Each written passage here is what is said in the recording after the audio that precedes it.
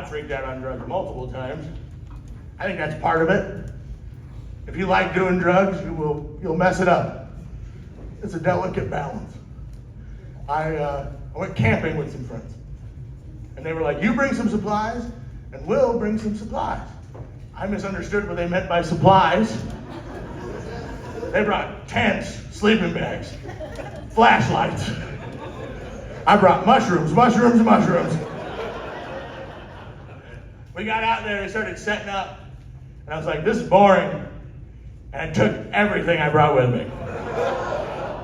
I know. Ate them, and then they're setting up, and the mushrooms are starting to kick in. I'm like, "This is boring."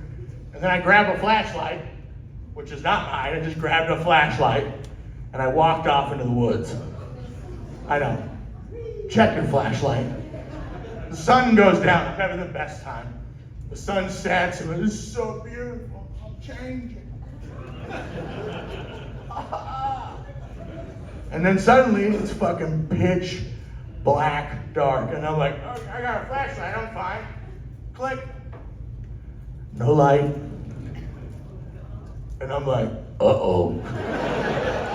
This ain't what I signed up for." So I'm like, "Hey, can anybody hear me?" In the distance I hear, "Whoo." I'm like, "Mark, Kevin, is that you guys?" Whoo. Mark and Kevin, they're my friends.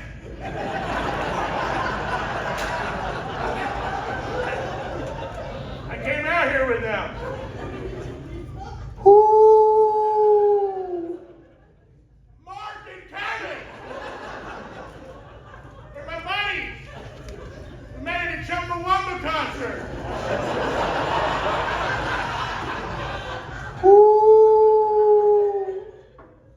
Chumbawamba!